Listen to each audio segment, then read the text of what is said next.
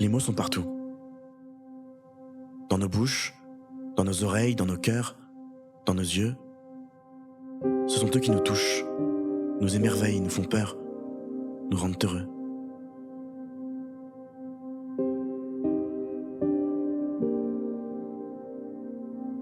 Les mots sont partout, mais parfois ils nous manquent. Ils nous manquent par crainte d'être jugés, de se tromper, de ne pas être écoutés. Alors pour être écouté, on crie, on hurle, on vocifère pour obtenir le dernier mot. Mais ce qui compte, ce n'est peut-être pas le dernier mot. Ce qui compte, c'est le premier mot.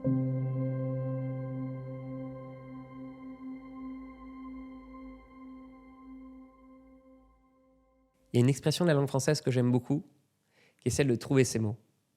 Trouver ses mots, c'est à la fois partir à la quête de soi et aller à la rencontre de l'autre. Partir à la quête de soi parce que si je veux trouver mes mots, il faut que je creuse dans mon intériorité. Et trouver les mots, c'est trouver les mots qui permettent de convaincre l'autre, d'influencer le cours de l'histoire. Et donc cette expression-là, elle nous a invités à créer un concours jamais vu, original, inédit, qui permettrait à la France entière, c'est ambitieux, je le concède, mais de trouver ses mots.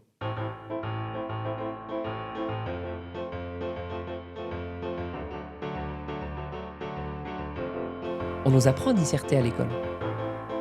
On nous apprend la syntaxe d'une phrase, la grammaire, la conjugaison.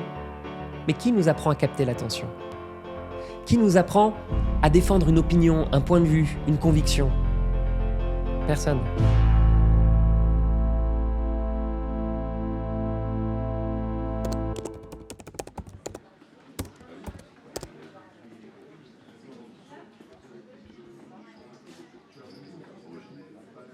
Pour nous, c'était indispensable de proposer une masterclass pour donner les armes rhétoriques, cette discipline issue de l'Antiquité qui explique comment est-ce qu'on fait pour bien parler.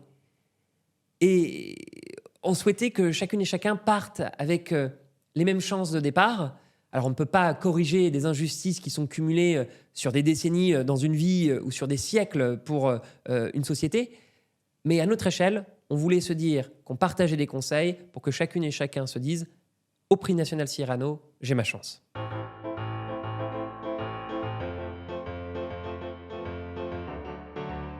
Ce que je suis venu chercher dans cette masterclass, c'était déjà apprendre quelques clés sur la rhétorique et l'éloquence. Ça me passionne toujours d'apprendre des choses là-dessus. Mais pour moi, c'était tout d'abord l'antichambre du concours. Et je voulais voir à qui j'allais me frotter, notamment. Il y a un conseil que je donne à cette masterclass, c'est celui de la plussoyance. Alors qu'est-ce que c'est plussoyer? C'est bête, ça paraît simple et pourtant c'est si compliqué. Plussoyer, c'est exprimer et faire rayonner tout son être aux yeux du monde. Dans un discours, il faut réussir en permanence à capter l'attention, ou même à la recapter. Et ça passe essentiellement par un concept qui est la variation. Tantôt l'humour, tantôt l'émotion, tantôt de l'argumentation plus sérieuse. Mais aussi on peut varier sur le ton de la voix, plus doux, plus suave, plus agressif parfois. Pour moi, même avec mon grand âge, j'estime que tous les jours, il faut essayer d'apprendre quelque chose de nouveau. Donc j'étais là pour apprendre quelque chose de nouveau et c'était bien. La parole, c'est ce qui nous relie les uns aux autres. C'est ce qui fait société. Et on ne peut pas faire société si on n'accepte pas la diversité. Et c'est pour ça qu'à travers ce prix National Cyrano, on a souhaité faire le premier concours intergénérationnel en plus d'être interdisciplinaire. Donc on s'est retrouvé avec une diversité de profils, d'âge, de parcours, d'histoire. Et je crois que c'est ce qui en fait toute la singularité de ce concours, à savoir sa pluralité. Un soir en semaine, mercredi, réunir 200 personnes autour de l'amour de la langue française, de la rhétorique, de l'éloquence, comme on arrive à le faire ce soir, c'est juste quelque chose d'extraordinaire. À la fin de la masterclass, je me suis dit que j'allais participer parce que, de voir tous ces gens-là devant moi prendre la parole devant tout le monde, je me suis dit si je le fais pas maintenant, je le ferai sûrement jamais. Et en concluant cette masterclass, on s'est dit avec Elliot que c'était forcément l'aube de quelque chose de grandiose, à savoir le prix National Cyrano, et ça a commencé 2 semaines plus tard avec les grandes sélections. Je veux continuer à partager ma hype là, parce que ça y est, je suis lancé, je suis on fire. En fait, le prix National Cyrano, c'est un petit peu les Hunger Games, tu vois, de l'éloquence. C'est un peu, je sais pas s'il y a des fans de Hunter x Hunter, c'est un peu l'épreuve pour devenir le meilleur orateur. C'est un peu la ligue Pokémon, tu vois. Tu vas venir conquérir tes badges, quoi. 300 inscrits sur le territoire national, il y a tous les âges. T'as des théâtreux, t'as des poètes, t'as des slammeurs, t'as des orateurs. C'est un truc de ouf. Là, je vois 130 créneaux réservés déjà. Et on est en train de faire un truc de ouf. Il y a personne qui fait ça. Merci. Et là, Victoire, pour le documentaire, enregistre cette story. Parce qu'on vous l'a pas dit, mais on fait un documentaire.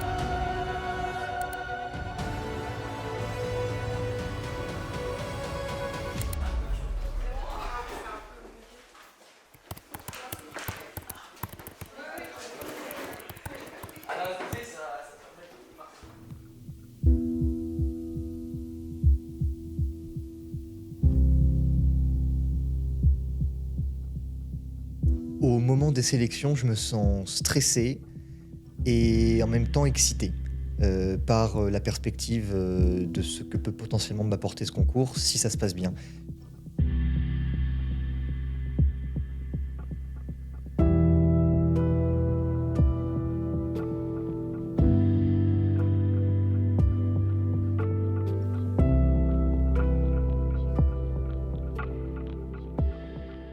Je me mets dans un état mental où je me dis « t'as 3 minutes pour convaincre ».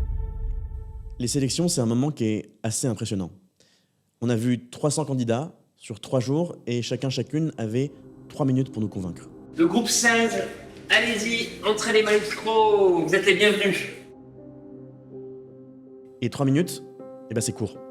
Et donc comme c'est court, il faut être inventif, original, créatif, mais en même temps respecter quand même les codes du format, être dans l'argumentation, mais aussi dans l'émotion, mais aussi dans l'humour.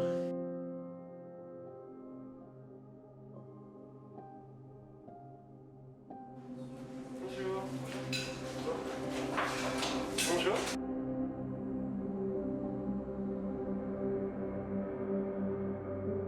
Kenza. Oui. Bonjour Kenza. Au moment des sélections, j'étais très stressée, mais c'était un moment humain incroyable. Et dès le départ, on voit que c'est une aventure humaine, dès le départ. C'était un peu intimidant, mais après, il y a eu un petit discours d'Eliott juste avant. Et je me suis dit, allez, l'aventure va commencer, tu as beaucoup de choses à apprendre. Merci à vous. On est parti ? On est parti.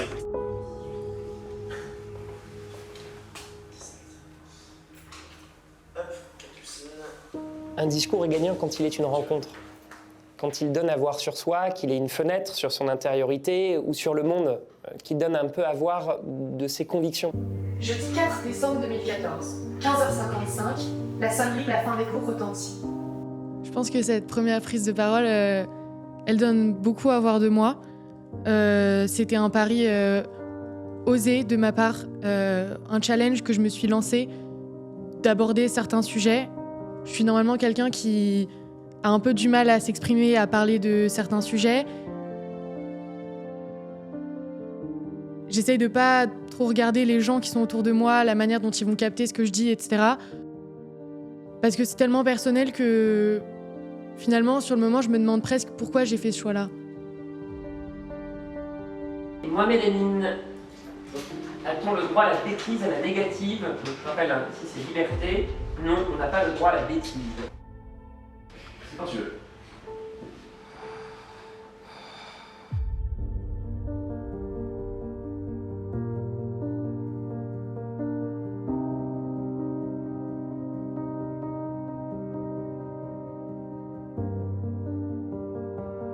Mon style oratoire, il est très cru.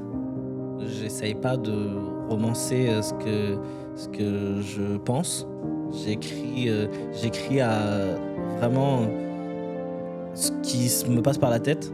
Ça me fait, c'est un peu comme une sorte de thérapie, mais en même temps, ça me permet de me libérer de plein de mots que je pense.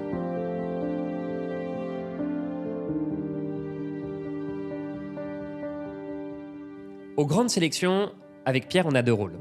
D'abord, c'est de partager notre expérience et notre expertise aux candidats en leur adressant des conseils personnalisés pour qu'ils repartent dans leur besace, avec dans leur besace un peu plus d'éloquence. Et ensuite, on est là, en tant que sélectionneur. On est un peu les Didier Deschamps et Laurent Blanc de l'éloquence. On doit se dire, ok, celui-là ou celle-là, c'est une pépite. J'arrive à déceler chez lui un talent oratoire qui fait qu'il va pouvoir performer sur scène. Autant nous faire réfléchir que nous amener à nous divertir. Et donc, on doit réussir à trouver les 24 élus qui feront partie de la promotion du prix national Cyrano. Je me souviens d'une phrase de Pierre qui a dit « Entre l'actrice et toi-même, on ne sait pas qui tu es ». Pierre et Elliot me disent quelque chose qui me marque, me vexe un peu, mais à la fois m'aide à rebondir. Et ça, je le garde toujours en tête, c'est il y a une différence entre grande éloquence et grandiloquence. C'était pas évident de départager les candidats et c'est pour ça qu'on a cherché à faire les choses bien, rigoureusement et de façon organisée. On a instauré des grilles d'évaluation. Et d'ailleurs, aux grandes sélections, mais aussi plus tard dans le reste de la compétition. Et donc, chaque candidat savait sur quoi il était attendu, les exigences du jury. Ce serait trop facile si ça n'était que ça. Dans l'éloquence, il y a une part d'énigmatique, de magie. Et quelquefois, on ne sait pas pourquoi, mais cette fois-là, on est particulièrement touché et ça ne s'explique pas. Ok, et ben on va pouvoir discuter. Je propose qu'on commence par le groupe 16. C'est pas groupe 16. Donc ça c'est oui. Ça c'est oui, ça j'accepte. Ok, allez, un ça fait grand un. oui, mais je pense que ça fait sens. Ça fait un sur lequel on est d'accord. Allez, hop. Okay. Ce qui est vraiment rédhibitoire, je pense, c'est de vouloir mimer ce qui existe déjà. On voit des discours sur les réseaux sociaux, en écoutant des avocats, à la télé, des politiques. Et dès qu'on veut être dans la reproduction de quelque chose, on n'est plus dans une œuvre qui est originale. Or, l'éloquence, c'est d'abord et avant tout la congruence avec soi-même. Est-ce que je suis pleinement moi-même quand je dis les choses ? Est-ce qu'il y a un alignement parfait entre ce que je dis, ce que je crois, ce que je pense, ce que je vis, ce que je joue ? Et donc, dès qu'on imite quelqu'un, forcément on se perd et donc on rate son discours. C'est très bien écrit, c'est intelligent. Il prendra, je pense, en Et la considération les prestation remarques. Ouais, mais en termes de... C'est la seule fois où j'ai mis un dit. En termes de puissance intellectuelle, c'est le discours le plus intelligent qu'on a eu, je pense, dans la construction. Mais ça reste une épreuve orale et j'ai pas été transporté par l'oralité. Et sélectionner les 24 candidats avec Elliot, c'était parfois non seulement difficile, mais éreintant, parce que c'est un débatteur aguerri et donc forcément on devait se battre un peu pour nos poulains et c'était pas évident. Je crois que dans l'ensemble, quand même, on avait des goûts et au-delà des goûts, une vision de l'éloquence qui est assez similaire. Et donc certes, sur quelques profils, on a dû débattre, mais fondamentalement, quand un discours est éloquent, tout le monde le voit.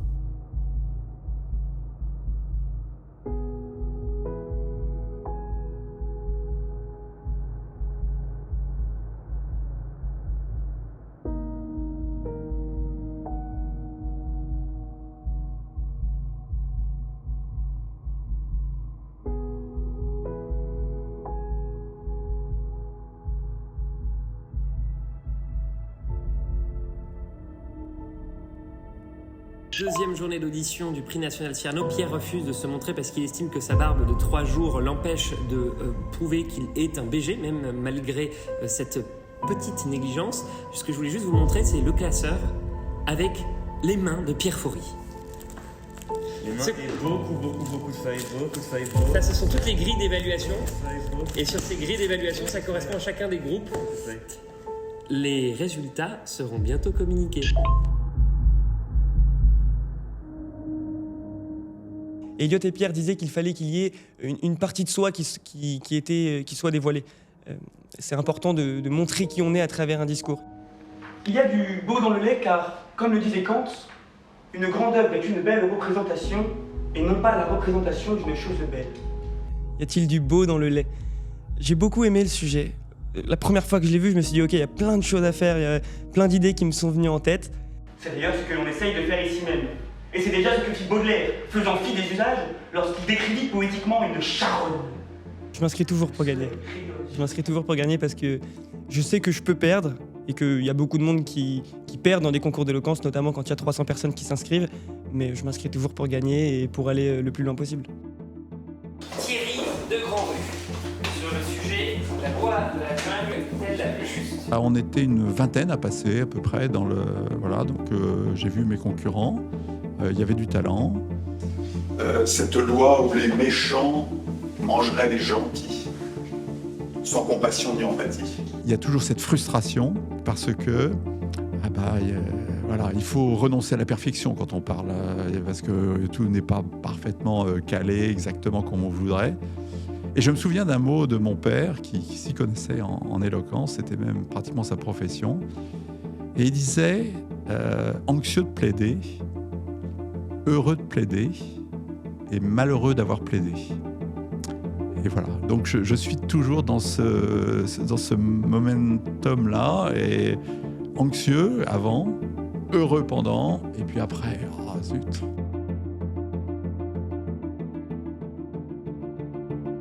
Le niveau, il est plutôt bon. Ça se voit qu'on a devant nous des bosseurs, des personnes qui ont à cœur de réussir. Hein. On a compris que les gens venaient pour gagner, se frotter à le concours de rhétorique le plus exigeant de France. Mais il n'y a pas de grands favoris qui se dégagent. On ne se dit pas, lui ou elle, c'est certain, il va gagner l'aventure. Ce qui veut dire que tout est encore à jouer, et à ce moment-là, il n'y a qu'une chose qu'on se dit, que la partie commence.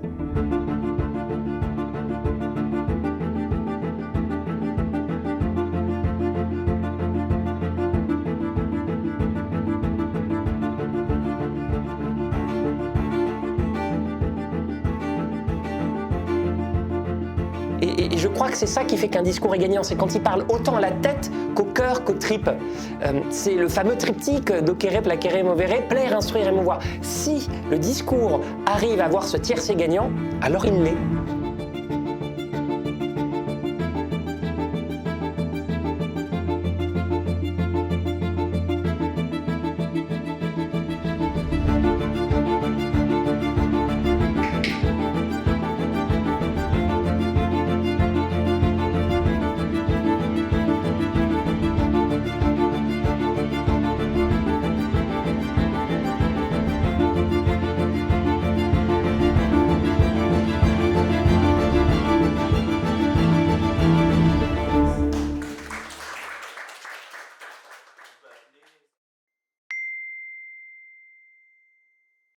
Je n'arrive pas à écrire. C'est comme si en fait je me mettais trop la pression pour produire quelque chose de potable. En fait le sujet est si bien, il me correspond et du coup je me sens pas à la hauteur en fait. J'arrive pas à donner le max de moi et du coup j'arrive pas à écrire. Ce sentiment si innocent me transcende de joie au moindre son de ta voix. Et je les aime individuellement, c'est ce qui m'a tout de suite plu chez toi. Qu'en sera-t-il si du jour au lendemain tu décidais de changer de personnalité? Quand j'apprends que je suis sélectionnée, c'est une très grande surprise parce que je suis en train de me réveiller et je reçois donc un message de Elliot. Pierre m'appelle. Je reçois un appel d'Elliot. Le texto, je crois, d'Elliot qui arrive. Et là, Elliot m'annonce que j'ai été sélectionnée. Bonjour Anissa, tu as été sélectionnée. Pour me dire que je suis sélectionnée. Je me dis, c'est bizarre qu'il m'envoie un message comme ça si c'est pas pour me dire que je suis sélectionnée, mais en même temps, c'est impossible pour moi d'être sélectionnée, donc je me dis qu'il y a forcément autre chose. Sur les 300, ils vont en retenir 24, je fais évidemment pas partie de ces gens-là. J'ai pas fait HEC, j'ai pas fait des écoles de commerce, j'ai pas fait de concours d'éloquence avant. J'ai pas l'habitude des concours d'éloquence, j'en avais jamais fait avant. Je pars faire mon petit footing. J'étais au travail, j'étais en tournage en Belgique. J'étais en vacances avec des potes. J'étais en journée de travail, j'arrête tout. Et je rappelle Elliot, et là, Elliot me dit que je suis sélectionnée. Je n'y crois pas. C'était une émotion très forte. Et en fait, j'y crois pas. Je n'y crois pas. Ça surprend. C'était inespéré. Et je pense même au début que c'est une erreur, trompée de Charlotte. Sur les huitièmes de finale, on avait deux épreuves. Une un peu classique, celle de la joute, où on a du débat entre deux personnes qui s'opposent sur un sujet. Et puis une moins classique, justement, de l'improvisation, où on laisse un peu plus la place au grand n'importe quoi.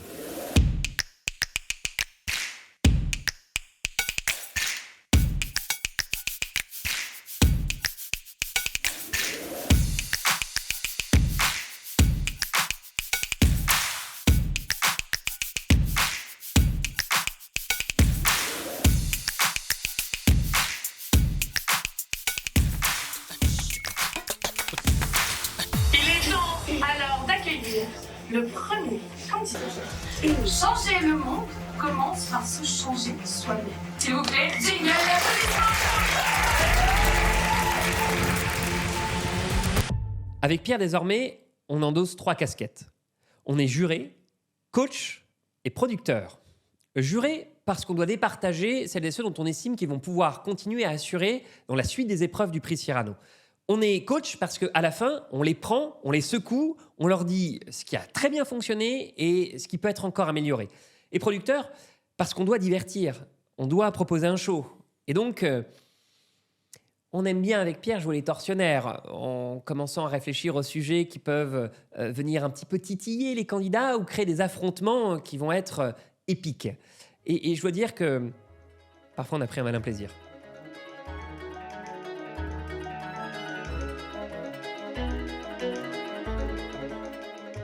Il me propose de réfuter une double affirmation: vivre c'est vieillir, vieillir c'est changer.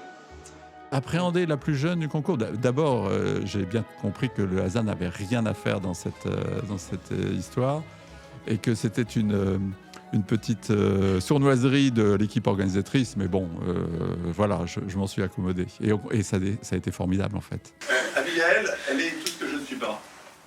Elle est jeune, elle est belle, elle a un talent oratoire spontané et incroyable. Je suis un gars très sérieux, ça, c'est très clair.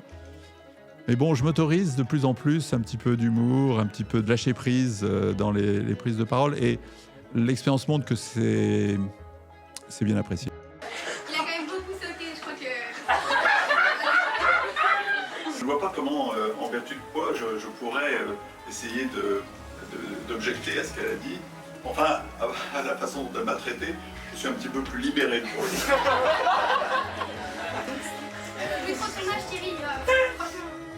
Et là, elle a pris un tour assez agressif, dans le sourire, mais quelque chose d'assez agressif, waouh, qui m'a un peu secoué, parce qu'elle attaquait mon âge, alors que je pourrais être son grand-père, grosso modo. Et c'est là où j'ai eu cette idée assez étonnante de commencer à draguer sa mère. J'aimerais bien que tu te présentes ta mère.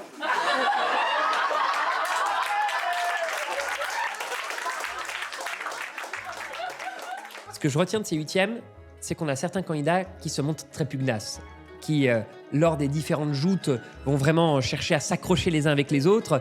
Et ça donne un beau spectacle. Et on se dit que la suite, ça va être un régal.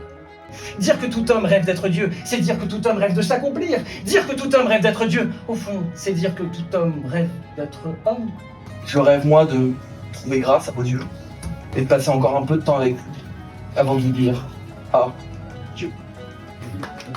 Je me suis inscrit au prix Cyrano d'abord pour sortir un peu de ma zone de confort. Je pense que j'avais besoin un peu de me challenger, tu vois. Moi, je travaille depuis un petit moment et j'avais besoin de sortir un peu de ce quotidien. Et puis aussi, j'ai fait le prix Cyrano parce que j'ai des journées qui sont un peu light. Tu vois, j'ai 3 enfants, donc tu vois, les journées sont pas assez remplies, donc j'avais besoin de les remplir encore plus, quoi. C'est le cœur serré que je vous dis qu'il faut cesser le combat. Ces mots, vous les avez tous ici déjà entendus. Ils nous viennent du maréchal Pétain et ils font écho à un passé que nous ne voyons qu'en cauchemar. Je crois qu'Augustin a une signature oratoire, il vient de la dire tout de suite. Il paraît que j'ai une éloquence très bourgeoise, très gaulienne, très sérieuse, donc voilà, on verra cet après-midi. 1940, c'est pour mieux vous rappeler que ce sont les 80 ans de la libération que nous célébrons cette année. Ainsi, à la litanie de Vichy répondent les envolées du général. Ce que je retiens des huitièmes de finale, c'est que c'est le moment où l'aventure démarre vraiment. On n'a plus juste des candidats, désormais on a un groupe. C'était cool de parler à tout le monde avant, ça détend un peu.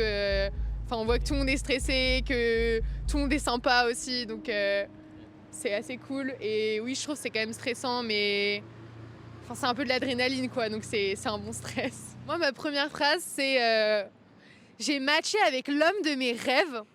Grand, blond, avec des abdos à la place d'un cerveau. Ah, il faut pas être trop exigeante hein, avec ce genre d'appli, on peut pas tout avoir. Vinci, Michelangelo, Machiavelli et tutti quoi. Des fois, je ne prendrai pas de long détour. Je me permets de vous donner quelques tips. C'est l'Empire romain. Chers amoureux du rêve, fuyez.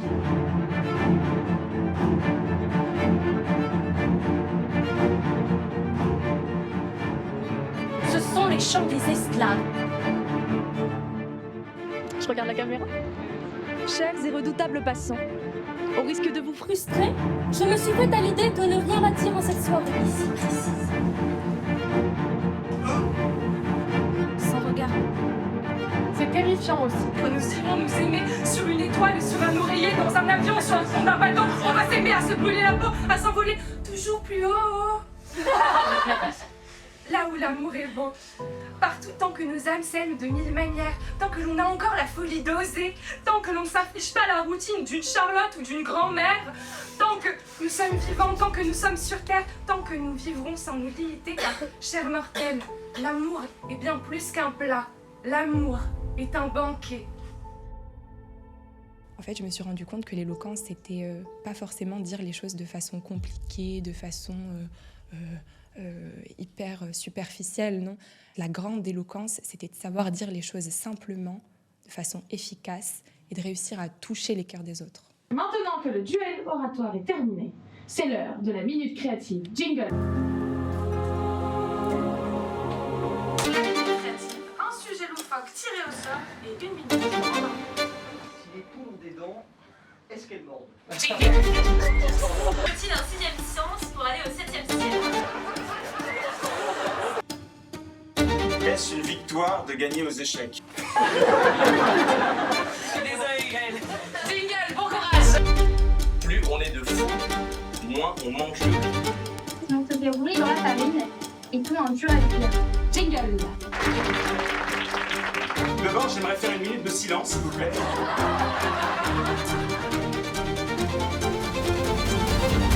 L'improvisation, c'est beaucoup de lâcher prise. Les gestes peuvent être éloquents aussi. Donc voilà, je me suis juste laissée aller. Honnêtement, je n'ai pas réfléchi. J'ai laissé mon corps parler, mon cerveau parler. Si vous donnez votre langue au chat, reprenez-la.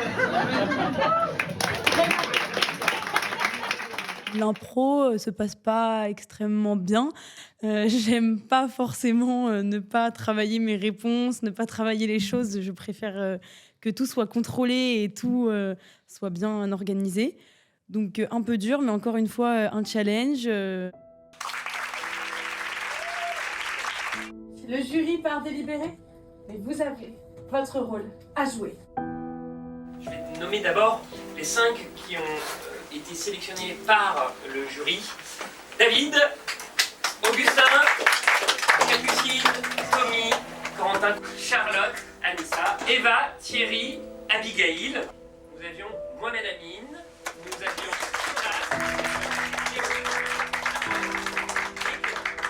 personne qui est repêché et Léopold. C'est Kenza qui est repêché. C'est Ania qui est repêché.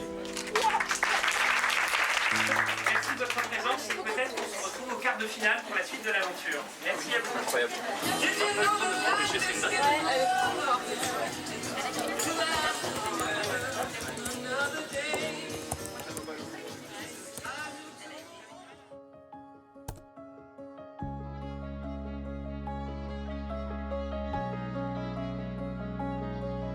Alors, les quarts de finale, on sent que ça monte en puissance. Ça monte en puissance et on a des consignes très précises qui nous sont données. On doit composer sur une musique.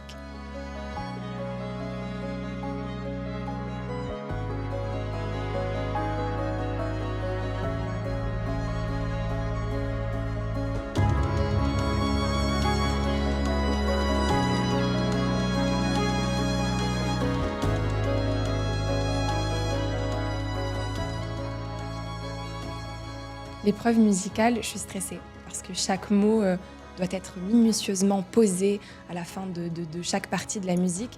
Et on se dit que si on est trop lent ou pas assez rapide, ça va se chevaucher de façon maladroite et tout déraille.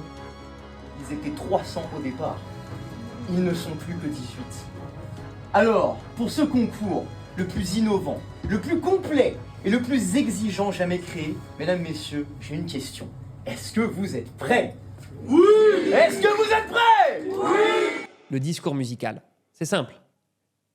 Une instru, un titre de discours qui pourrait ressembler à un titre de film, et les candidats doivent composer en adéquation avec le tempo de la musique. Je vais vous demander de l'applaudir très fort. Il est le seul développeur dans le milieu de l'éloquence, c'est Mohamed Amin, s'il vous plaît! La différence que je ressens, elle est claire. C'est une certitude que je pense que je viens pas du même endroit, je viens pas avec les mêmes idées, les mêmes envies, mais elle se dénote par ma façon d'être, ma façon de m'exprimer, le fait que je m'en fous un peu plus de ce que je vais dire, de ce que les gens vont percevoir de moi. Enfin, je m'en fous pas tant que ça, mais c'est plus que j'ai envie de pas me cloisonner, j'ai pas envie de me créer un rôle. La vie est simple, je vis entre deux endroits. Mon balcon, c'est quand je veux fuir. Mon emploi, à l'aide d'une pré-roulée, je me pose, je m'envoie, j'observe devant moi leurs intrigues, leurs mantras. Je finis cette taffée. Suivez-moi. On vit dans un monde où la parole est une arme, en fait, et c'est nécessaire de sortir armé. Et...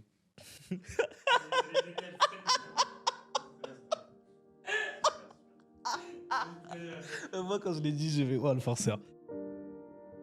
Le fait que j'ai développé, je pense, cette appétence pour parler, ça a été un moyen de survie, je pense. J'étais juste très en colère et dans l'incapacité de moi-même savoir ce que je ressentais, et ça me faisait beaucoup de mal. Mais le fait de pouvoir me défouler, sortir des choses que je dirais jamais dans la vraie vie, de pouvoir même slammer, rapper, faire de la poésie, des mises en scène un peu théâtrales, tout ça, ça m'a permis de vraiment aller mieux, en fait. Pour le coup, mettre une musique en fond, ça m'aide à structurer mon discours de façon hyper poignante.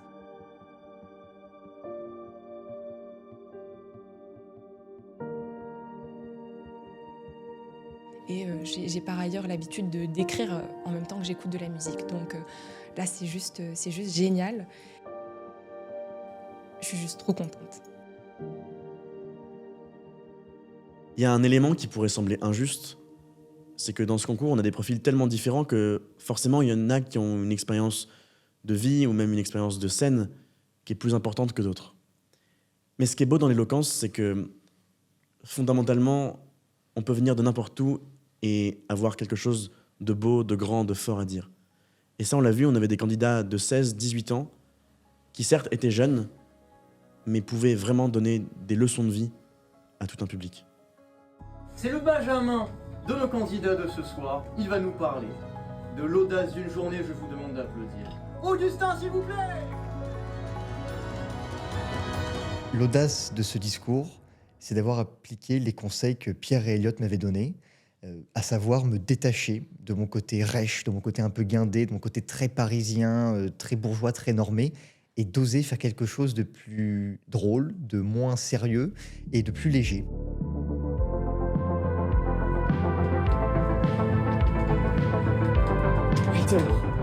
J'arrive dans le 5e. Le vent dans mes cheveux et le bruit des voitures m'accompagnent à mesure que je gravisse cette Geneviève. Je rentre dans Henri IV. Je croise Maupassant, Léon Blum, Simone Veil et tant d'autres. Je leur fais un check. Ce sont des potes. On discute, ils me disent Augustin. Oh Augustin, tu es le meilleur d'entre nous. Tu iras loin. Et je suis d'accord avec eux. Là, avec ce personnage un peu plus humain, je découvre que la salle est très réceptive à l'idée de découvrir Augustin derrière Augustin Bataille. Et avoir découvert ce personnage-là, avoir découvert que j'étais capable de faire rire les gens, c'est quelque chose que je n'imaginais pas en faisant ce concours et j'en suis très heureux et je l'applique encore aujourd'hui au quotidien. Voilà. Mais en tant que jeune roquet parisien, j'y fonce tête baissée. J'ai peur. Puis en sortant, je croise Alain Minck, un autre élève qui, toujours à la recherche d'un jeune loup prometteur, me prend sous son aile. Et alors ça repart. Oustadi, quelque chose d'hyper bien à ce sujet. Léopold! Je crie plus fort que mes doutes pour étouffer leur bruit. Et je mange, je mange, je mange.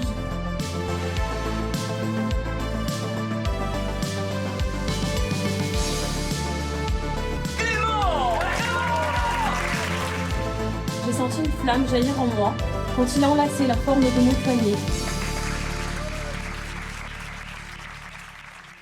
Je vais parler de moi, je vais traiter un sujet qui me tient à cœur, je vais m'exposer, je vais enlever ma carapace sur scène et c'est très dur. Salut à toi, jeune orateur. Toi aussi, comme Elliot, tu as disparu. Moi, je pense que la question est vite répondue, alors follow me. Bienvenue sur cette scène où tous les masques tombent. Est-ce que je peux recommencer, s'il vous plaît ? Je me suis un peu emmêlé les pinceaux, j'ai oublié mes mots et j'ai demandé à refaire. Donc, on m'a laissé l'occasion de le refaire. Salut à toi, jeune orateur. Toi aussi, comme Elliot, tu as disparu. Moi, je pense que la question est vite répondue, alors follow me. Bienvenue dans cet exorde où toutes les lignes se tordent pour essayer de former un cercle disparu. Bienvenue sur cette scène où tous les masques tombent. Régalez-vous au festin du jugement. Un conseil qui m'a été donné par Elliot, qui me disait tu te caches derrière un masque. Et c'est ce qui a été révélé lors de ce concours sur moi. C'est que je me cachais, j'ai un peu pris le temps de... J'ai trop pris l'habitude de m'adapter, d'être polie. Et pendant les quarts de finale, je me suis dit ne sois pas polie, sois éloquente. Un écran connaisseur, un sourire sur mes lèvres, un palais sur ma langue, des oreilles qui communiquent, un cœur de guerrière et un GPS dans ma tête car le chemin est encore long. Mais mesdames et messieurs, bienvenue sur ce point, le départ de ma quête. Je pense que la prise de parole, pour moi, ça m'a vraiment permis de me... Je dirais à la fois de me réconcilier avec certaines choses et aussi de me dédoubler. Parce que j'ai l'impression que quand j'écris ou quand je suis sur scène, c'est une personne différente. C'est pas la moi d'habitude. C'est un exercice difficile que de parler de soi. Et je me suis dit, sur ce discours, allez, c'est le moment. Et voilà, chose improbable, dans le miroir, j'aperçois un visage familier. Mais c'est moi à 10 ans. C'est incroyable. En un regard, on se reconnaît, on se reconnecte. Aujourd'hui, tu parles de toi, de tes faiblesses, tu parles à ton jeune toi, et tu lui apprends, tu lui montres ce que c'est la vie, tu lui donnes confiance en lui. Alors, petit David, un conseil en toi et confiance.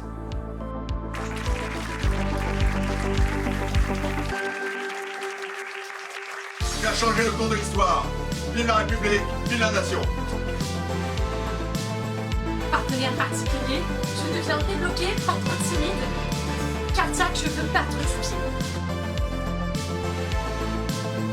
Bébé, mes synapses se sont toutes cramées. Aski Tarantino tape son prochain scénar dans mon cerveau. Vous en voulez encore? Oui. Bah, ça tombe très bien. C'est une deuxième.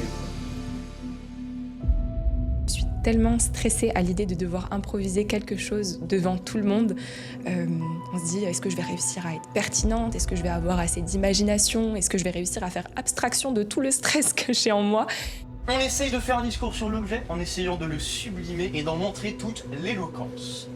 Et le jury pose ensuite une question à laquelle le candidat répond. C'est une boussole. Pour moi, c'est quelque chose qui fait vraiment appel à énormément de créativité parce qu'il faut avoir les idées qui viennent très très vite et il faut en faire quelque chose très très vite. Et après, il suffit de mixer un petit peu ces idées qu'on a avec le style qu'on peut avoir quand on parle et tout de suite, ça donne quelque chose qui peut être parfois très très drôle ou très très bien trouvé. Un canard en plastique, jingle! Et c'est vrai que pour le coup, en fait, c'est un peu une épreuve à l'aveugle. Une épreuve à l'aveugle, tu n'as pas la possibilité d'anticiper ta réussite ou d'essayer de faire quelque chose de correct. C'est toi et le moment présent, quoi. Oh, c'est mignon.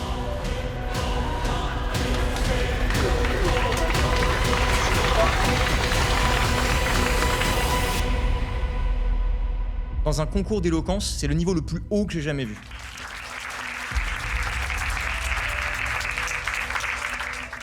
Pour les quarts de finale, on a décidé d'avoir l'appui d'un jury d'exception. Donc on a fait venir des chanteurs, des comédiens, des avocats, bref, des personnalités qui manient la parole au quotidien pour qu'ils puissent nous dire « Ah, lui, je le sens plutôt bien » et lui, non, pas du tout. L'éloquence, c'est pas facile. S'exprimer et avoir des beaux mots pour faire comprendre les choses ou raconter une histoire, c'est très difficile. Des armes qui sont hyper importantes quoi que vous fassiez dans votre vie. Donc franchement vous avez raison d'être là tous, que vous soyez candidat ou dans le public. J'ai toujours cette douloureuse tâche et je dois passer pour l'enfoiré vis-à-vis des familles, des amis et du public, des orateurs disparus à chaque fois en se disant mais mon Dieu c'est donc lui qui nomme celles et ceux qui ne poursuivront pas l'aventure. Aventure qui, vous le voyez, pour celles et ceux qui reviennent, est terriblement exigeante. C'est injuste. Parce que on peut avoir la meilleure plume, si celle-ci n'a pas su se coucher sur le papier le soir où il le fallait, eh ben on se retrouve éliminé. Et c'est ce qui s'est passé au fur et à mesure de l'aventure. À certaines épreuves, certains sortaient, pas parce qu'ils étaient mauvais, parce que juste ce soir-là, ils n'étaient pas bons. Donc évidemment qu'on juge d'abord et avant tout une prestation qui est celle de l'instant. Et peut-être que sur un autre sujet, ça aurait été encore plus grandiose et le résultat en aurait été différent. Il n'est que celui d'un moment présent qui est sublimé par l'éloquence. Et c'est ça qui se vit quand on prend la parole. C'est un présent qu'on offre à son public, qu'il est en capacité de recevoir parce qu'il était suffisamment bien emballé, et un présent qu'on vit en tant qu'orateur. Dans les personnes qui poursuivent l'aventure, d'après la délibération du jury, nous avons Capucine qu'on peut applaudir, David que l'on peut applaudir, Charlotte, Siobhan, Eva, Corentin, Augustin, Anissa, Charlotte, Mohamed Ali. Le vote du public repêche Tommy. Kenza.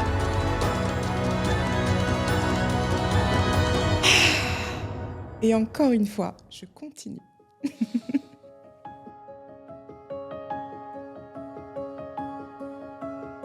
C'est sûr que j'aurais bien aimé passer en demi-finale. J'étais là pour aller plus loin, j'avais réservé mes dates pour toutes les étapes jusqu'à la finale.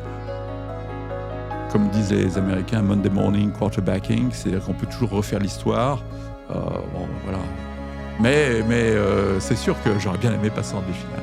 Pour moi, l'objectif était atteint, c'est-à-dire la mise en danger dans le cadre d'une compétition sérieuse, ouverte à tous. Et puis s'il y a un prix Cyrano 2025, je crois que je me laisserai tenter.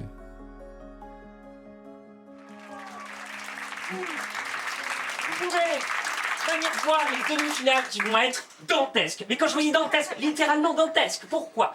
Parce que comme à la manière de The Voice, ce seront des épreuves en équipe, réunies en trio. Ils vont devoir s'affronter dans un débat sur scène. Et je peux vous assurer que le show sera immensissimement éloquent. Ok, là c'est fini. Et là vous pouvez commencer à parler.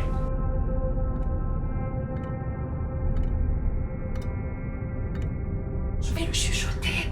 Mon père, j'ai été fidèle. Pauline tremble. Ouais, c'est ça. Elle a très peur.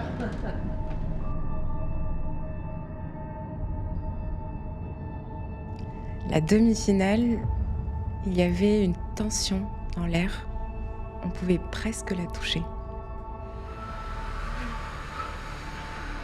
On va inspirer lentement, expirer rapidement. On inspire lentement.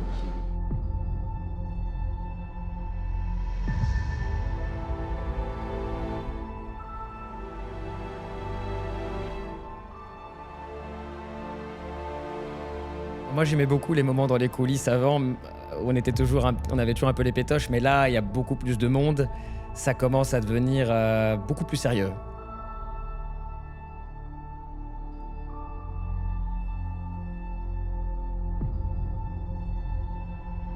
Le public est là, il est nombreux, on est tous à fond. On n'attend qu'une chose, c'est de voir ce qu'on pourrait faire en finale, enfin, ce que la fin de la soirée nous accordera. C'est du bon stress et il est normal. Et c'est une bonne nouvelle, c'est que pour vous, cet événement-là, il a de l'importance. Maintenant, soyez aussi fiers de vous, parce qu'on ne vous l'a pas beaucoup dit depuis le début. Vous êtes 300, vous êtes 12, vous êtes les 12 meilleurs parmi des gens qui venaient de partout dans la francophonie européenne, qui avaient tous les âges, donc vous êtes bons. Et ça, vous l'oubliez trop souvent. Mais sur scène, soyez sûrs de vous et soyez fiers de vous, vous êtes bons, et donc profitez aussi de ça. C'est l'euphorie dans les loges, de partout, tout le monde récite son texte, ça rigole, mais à la fois on est stressé. Non, franchement, c'est un moment incroyable, incroyablement stressant et incroyablement génial. L'orateur, c'est un navigateur du présent. C'est pour ça que ça nous fait autant flipper. On n'est jamais dans le moment présent. On est dans le ressouvenir du passé, on est dans l'anticipation du futur. On n'est jamais hic nous, disaient les anciens, ici et maintenant. Donc s'il vous plaît, prenez du plaisir, jouissez sur scène. On parle quand même de l'amour. Aspergez les autres de votre éloquence. Allez-y, faites-vous plaisir. Le plaisir sera communicatif.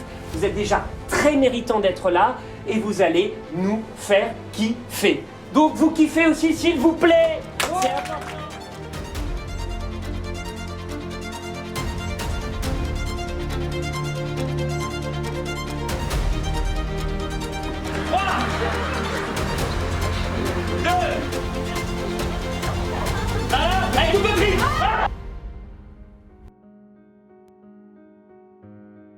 Les demi-finales à nouveau rebattent les cartes.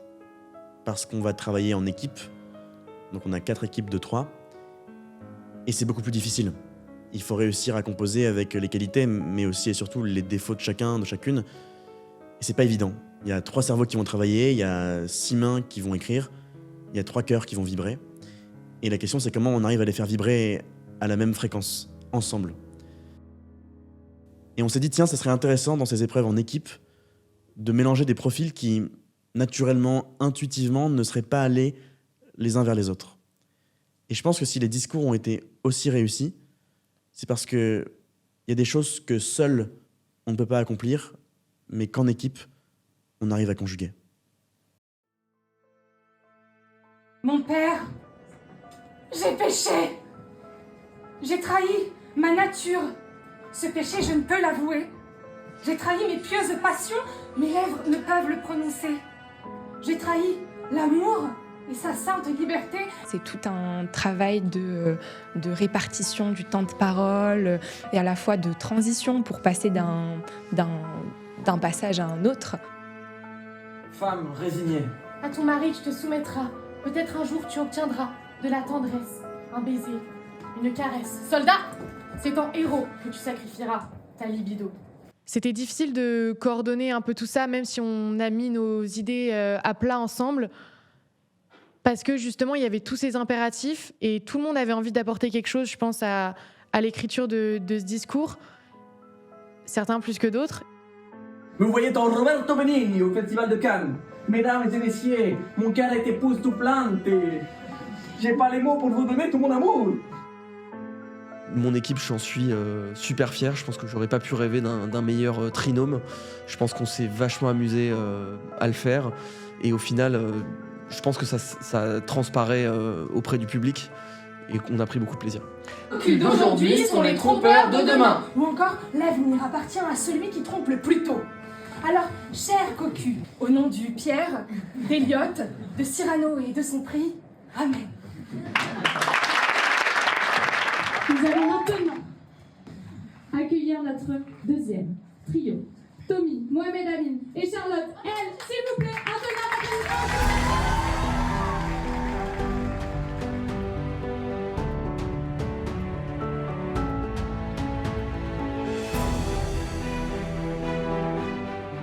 Même si la sélection était individuelle, je trouvais que j'avais cette pression de me dire j'ai pas envie de gâcher la presta de mes collègues, des personnes avec qui j'étais, d'être le point mort. Ce jour sacré où les célibataires aguerris se traînent péniblement, ayant comme seul compagnon leurs doutes, leur morosité. Dans cette épreuve en équipe, je pense que c'est celle que j'ai le moins aimée. C'était la moins facile. Même si Tommy et Momo étaient très sympas. Mais c'était très dur d'écrire à 3, de trouver sa place parce qu'on était tous les 3 vraiment très différents, une manière différente de s'exprimer, d'écrire, de travailler, d'appréhender les choses, les émotions. Donc c'était vraiment compliqué et j'étais trop stressée. Oui, je veux le vivre, l'amour le vrai. L'amour le vrai? Non, oh, l'amour le vrai. Oh. Et en plus, ça a aussi permis de découvrir de nouvelles blagues, on va pas se mentir. Parce que on pense que la plupart de mes blagues salaces viennent de moi, mais en fait, elles viennent de tout mon groupe. C'est pas pour pour jeter la pierre sur quelqu'un d'autre, mais juste que j'ai été le mouton noir, mais en réalité, tout le monde a envie de faire de l'humour. Mesdames et messieurs, faites comme moi. Soyez généreux et épousez un vieux. Ah, mais en fait... Dans cette épreuve en équipe, j'avais un peu le sentiment de comme si on faisait de l'escalade et qu'on était tous assurés les uns aux autres. Tu te dis, s'il y en a un qui se casse la gueule, je me casse la gueule aussi. Mais en même temps, ils savent que c'est une compétition individuelle. Et moi, je m'entends hyper bien, c'est devenu mes potes et j'ai pas envie qu'ils se cassent la gueule.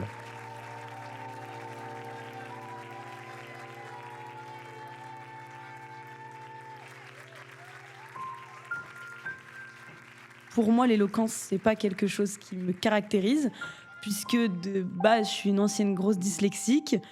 J'articule pas forcément, j'ai des petits tics de langage un peu comme ça. Et je suis très stressée et pas forcément à l'aise de base à m'exprimer, mais je pense que j'arrive quand même à sortir de ma zone de confort parce que je pense que j'ai des choses à dire. J'aime beaucoup écrire, j'aime beaucoup aussi parler. Et quand je suis préparée, je pense que je peux très bien m'exprimer.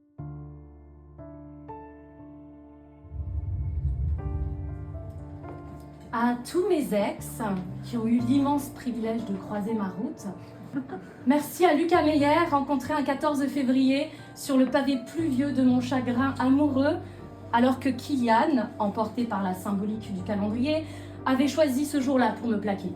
Car si je ne t'avais pas connu avant, j'aurais été incapable d'apprécier toutes ces nouveautés. Embrasser différemment, dire je t'aime plus souvent. Après la sagesse de Charlotte et la poésie d'Eva, c'est donc à mon tour de faire l'éloge de ce que je ne connais pas. Comment parler d'amour quand on n'a pas connu l'amour? Et pire, comment parler de rupture amoureuse quand on n'a pas encore connu soi-même de rupture amoureuse et a fortiori ce que peut être une relation amoureuse, que l'investissement que cela suppose. Très honnêtement, en prenant des conseils, en demandant autour de soi, et puis en étant honnête avec le public, en disant j'ai pas connu l'amour, et donc je vais dire des trucs, mais voilà, ce sera un petit peu drôle, un petit peu pas très sérieux, et ça va bien se passer. C'est vraiment ce qui me traverse l'esprit, c'est de construire un personnage qui n'a pas connu l'amour, mais qui va parler d'amour. Merci aux ex des autres.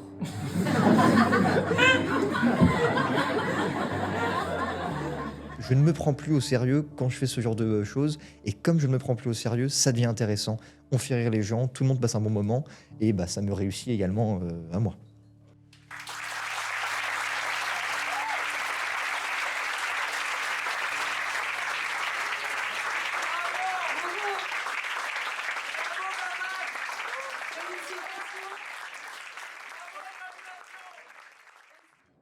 L'autre soir, je me dirigeais vers un bar. Hagard. Égaré dans mes pensées, cette musique pensait mes mots. J'étais incapable d'exprimer. Malade, je l'étais. Saoulée de ma journée, j'ai décidé de poser les pieds dans ce bar pour me saouler. Ce soir, tous les coups seront permis. C'est le ciel qui me le dit. On a eu une équipe lors des demi-finales qui était très soudée. Ce n'était pas le cas au départ. On a tout de suite vu qu'on était très différents l'un de l'autre. Et on s'est dit, écoutez, on est en train de vivre une aventure humaine. On est différents, on l'accepte. Mais ça sera notre coup d'un soir. On va se faire des confidences. On va tout se dire. On va se mettre à nu entre nous.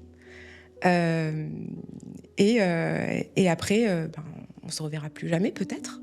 Sans peur, qui durera jusqu'à tard. Sans heure. Infini, éternel. Défini par le charnel. Le charme d'elle. De lui, de nous. Là, il y a un stress particulier parce qu'on sait que ça dépend pas que de nous. Moi, à titre personnel, je stresse quand je suis pas prêt. Si je suis prêt, j'ai juste de l'adrénaline et j'ai pas du stress. Si je suis sûr de moi, ça va. Mais là, je dépendais des deux autres qui étaient avec moi.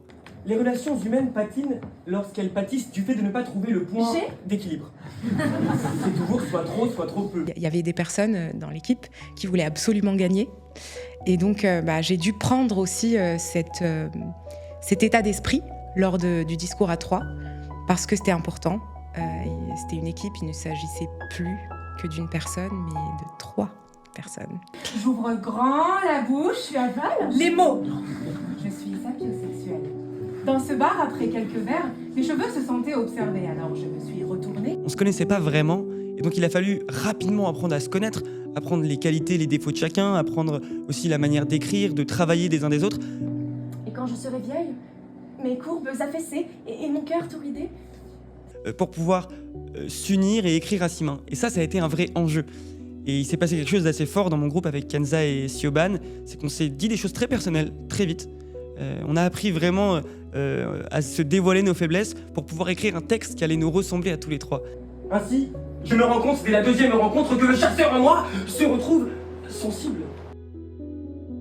Et donc ça a été vraiment une aventure incroyable. J'ai eu l'impression d'avoir deux meilleurs amis le temps de 2 semaines, quoi. Non, il ne faut pas que ça dure. Enfin, 6 minutes, c'est déjà bien. Oui, c'est quand même mieux penser dur. Non, il ne faut pas que l'histoire perdure au-delà d'un soir. Cependant, quel dommage que de rester de parfaits inconnus avec des gens qui gagnent à être connus, y compris Tony. Et je remercie beaucoup Kenza et Siobhan parce que ça a été magnifique. Le coup d'un soir. Les gars, on a attrapé un coup de lune. Des rires qui nous rendaient fous, des idées qui nous faisaient jouir, des petites morts où on s'entrevivait. Nos discussions pénétraient nos cerveaux jusqu'à ce que leur matière jaillisse. Pardon, t'as joui? De votre existence, temporelle et temporée. Aujourd'hui, on se parle plus beaucoup, mais c'est mon plus beau coup d'un soir, je dirais. Merci pour ce coup d'un soir.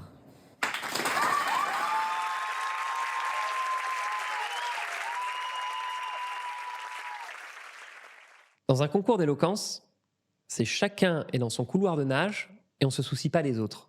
Parce que c'est le plus souvent une conception de la prise de parole comme esthétique. Or, la parole, elle est surtout politique. Elle fait société, elle permet la confrontation et la conflictualité. Et nous, pour les demi-finales, c'est ce qu'on a cherché.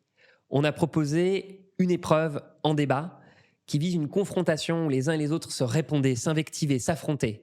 Bref, une belle joute verbale.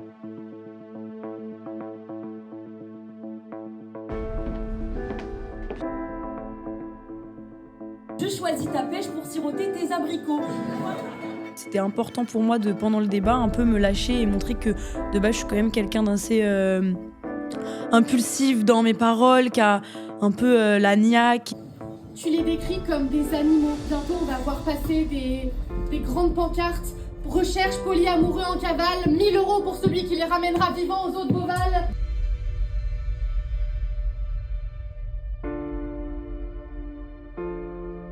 Lors des débats avec l'équipe adverse, moi je suis très stressée parce que c'est beaucoup d'improvisation. J'avais noté quelques lignes sur ce que je devais développer, mais pour le coup c'est un saut dans le vide et je sais pas comment ça va se passer. Et du coup il y a Siobhan qui passe juste avant moi et je suis tellement stressée que je me dis je vais la prendre pour target et ça va me rassurer au fond de moi. Mais sur le coup, je me souviens pas trop de ces moments-là parce que j'étais tellement stressée, je crois que j'ai fait un blackout. Alors,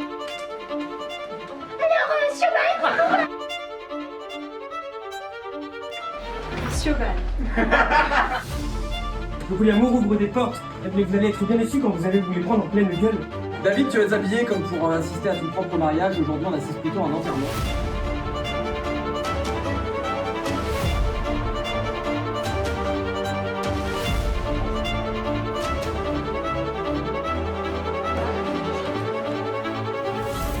Récolter les MST, c'est quand la magie s'est tirée. Parce que oui. Heureux les polyamoureux. Moi, je te conseille de mettre des Geox et de respirer.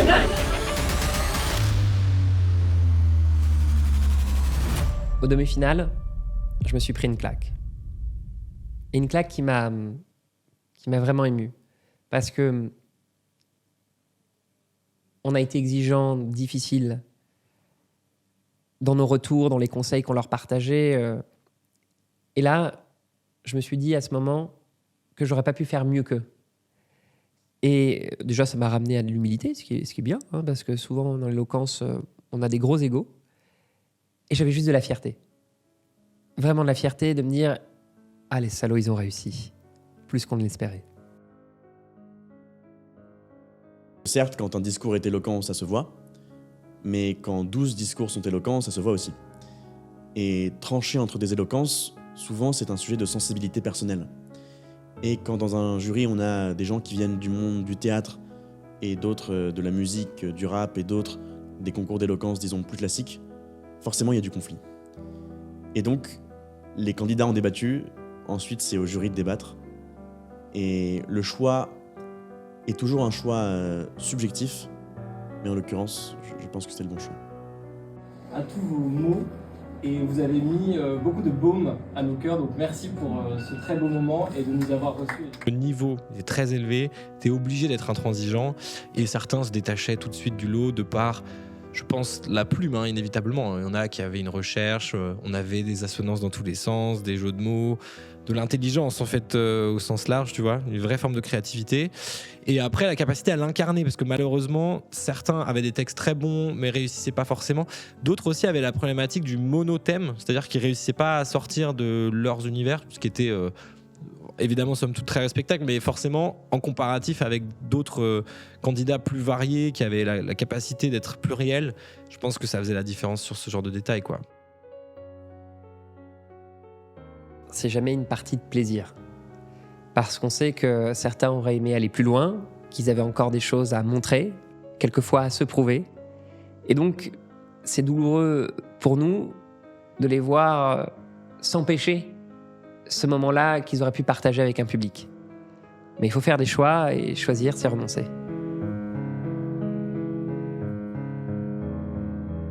À l'issue de la demi-finale, ça fait 2 heures que la soirée dure, le public a bien ri, les gens sont globalement très contents, et le jury a délibéré pendant une vingtaine de minutes. C'est long, 20 minutes après une soirée comme ça, où on se dit « Ah, est-ce qu'on va passer ?»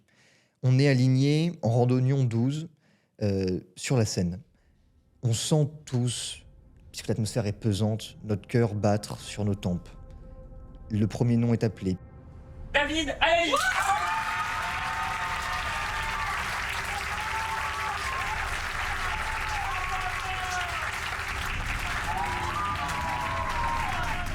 Puis le deuxième. Corentin! Puis le troisième. Anissa Megheni! Puis le quatrième. Tommy! Puis le cinquième. Capucine, prêt! Je pensais pas du tout après la demi-finale que j'allais me qualifier pour la finale. Je pense que j'étais extrêmement étonnée, j'y croyais vraiment pas sur le moment.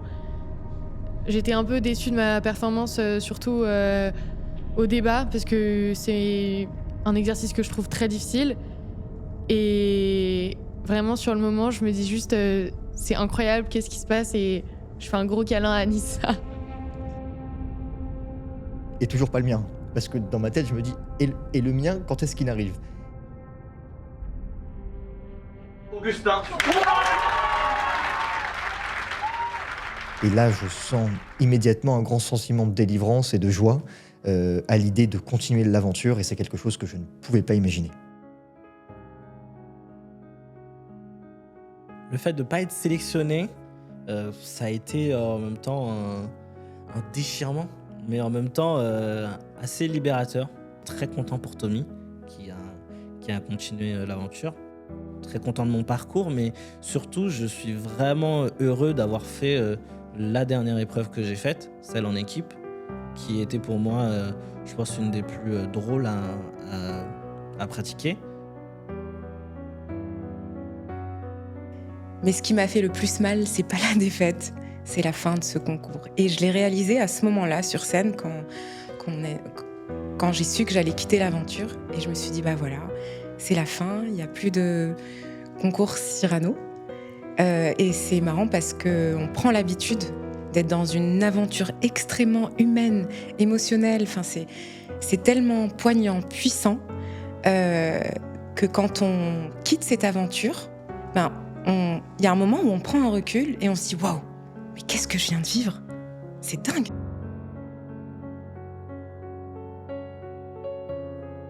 Forcément, je suis déçue. Je suis un peu triste. Je suis un peu étonnée aussi. Mais j'accepte. J'étais étonnée parce que j'étais vraiment contente de moi sur mon débat. J'étais vraiment sortie de ma zone de confort et je pensais pas réussir à faire autant. Et je trouvais que dans l'ensemble, ça s'était relativement bien passé. Et je pensais réellement avoir ma place en finale quand même. Surtout quand je suis partie voir la finale, toutes les épreuves que j'ai vues, j'avais réellement envie de les vivre. Et je pense que j'aurais vraiment pu apporter quelque chose de sympa.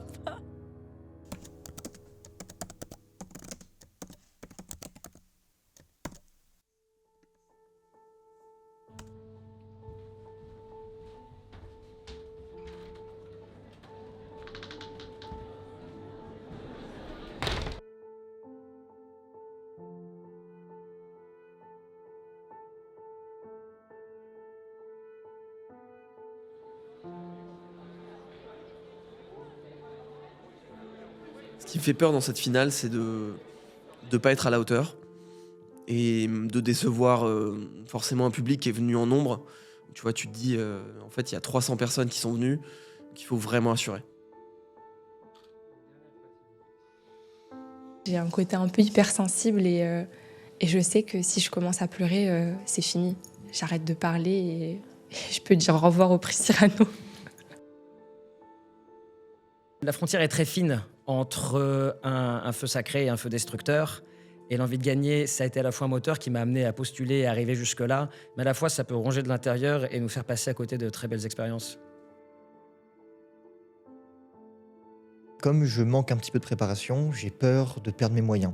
Et je me dis que ce serait quand même très très bête de ne pas avoir perdu ses moyens pendant les huitièmes, pendant les quarts et pendant les demi, pour finir à échouer à 100 mètres de la ligne d'arrivée. Pour moi, c'est l'aboutissement de 3 mois de travail et d'apprentissage sur moi-même. C'est un moment où on va transmettre tout ce qu'on a appris, parce que c'est aussi beaucoup ça. On fait des épreuves, mais on a des retours, on travaille sur des choses qu'on doit améliorer.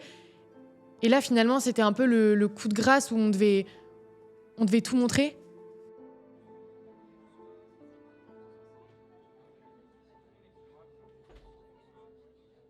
C'est peut-être un peu présomptueux, mais j'étais un peu dans un mood dans lequel j'avais peur de rien.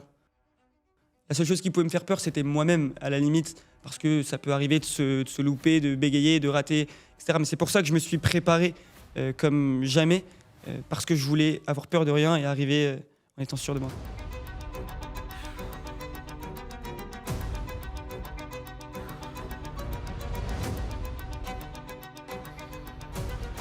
C'était l'une des premières fois de ma vie où je me suis dit, en fait, je le fais pas. En fait, je monte pas sur scène. Je monte pas sur scène et j'ai dit à Pierre ou Elliot, je peux pas le faire et je reste dans les loges.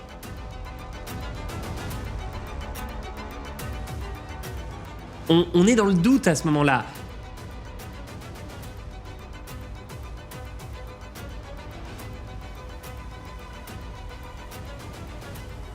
Est-ce qu'on va réussir? Est-ce qu'on va pas réussir?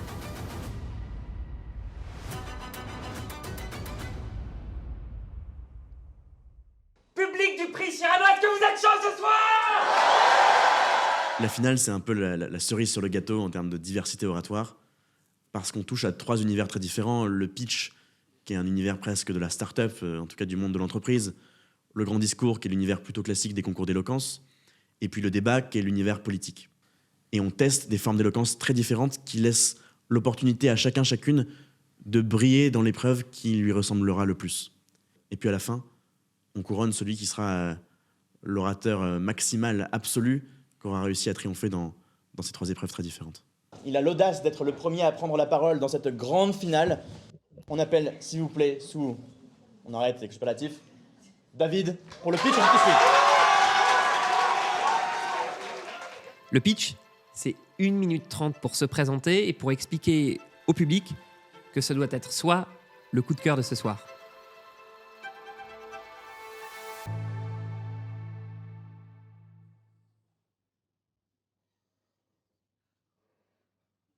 Et là, c'est le moment où ça dégénère.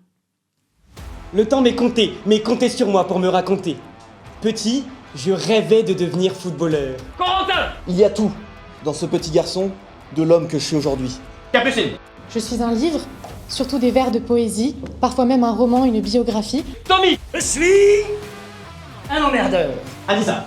Je détiens le palmarès du maximum de cursus universitaire sur une très petite durée. Augustin. Je déteste ce genre d'exercice. Ah, bien vu. J'étais vraiment très stressé, ça se voit au début, j'oublie qu'il y a un PowerPoint en fait et que c'est pas tout, c'est pas qu'un discours, il y a un support en fait et parce que j'étais stressé, j'ai fini par l'oublier. Je déteste ce genre d'exercice parce qu'à leur terme, les gens pensent que je suis arrogant alors que je suis simplement exceptionnel. Alali, qui va arriver devant Casillas. Vas-y mon petit, le premier but en équipe de France de David Alali. Le jeune joueur partage sa joie avec ses coéquipiers et le 12e homme du stade de Vélodrome devient complètement fada. Je suis cette encre sans jamais ne jeter plus que des mots sur le papier. Je suis un cap, mettre les voiles sans plus les choquer. Pourtant, je suis un navire qui finira par couler. Un garçon confiant, profondément optimiste, déterminé. Et sportif aussi, regardez-moi le galbe de ses mollets. Tous les jours que Dieu fait, s'il existe, je fais des vannes.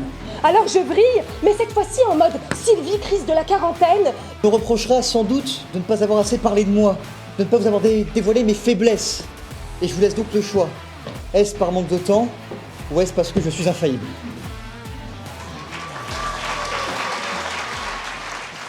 Ça va paraître peut-être un petit peu égoïste de dire cela, mais je suis assez... Quand, devant ce genre d'événement où je suis devant 300 personnes, je me dis « Ah ouais, c'est stylé quand même. » Voilà. Je te laisse la parole. Non, je t'en prie. Oh, trop de politesse, Elliot. Ça te ressemble pas. À vous la parole aussi, parce qu'ils ont quand même beaucoup parlé, et nous aussi en introduction. Cher juré, quel est votre avis sur ces prestations ? Oui, les candidats ont fait preuve d'une excellente maîtrise de l'outil PowerPoint et j'espère qu'à l'épreuve suivante, ils témoigneront d'une égale habileté dans la maîtrise de l'outil Word. Le premier passage, c'est toujours le plus stressant. Je vous ai trouvés tous magnifiques. Parce que voilà, briser la glace et briser le silence comme ça, c'est pas évident. J'ai déjà, je pense, quelques affinités. Enfin, je suis très curieux. J'ai faim de ce que vous allez nous livrer. Donc, régalez-nous. Franchement, ils sont très forts. On peut les applaudir à nouveau, je pense. Je crois qu'on peut dire que c'est la fin de la première épreuve et qu'on peut passer à la seconde épreuve. Dans l'éloquence, il y a des incontournables. Et le grand discours qu'on a écrit à l'avance est un incontournable. La manière dont on a voulu le réinventer, c'est par la nature des sujets. En proposant des sujets qui sont plus ouverts, qui vont pas enfermer les candidats dans une dialectique, mais qui vont aussi les laisser libres.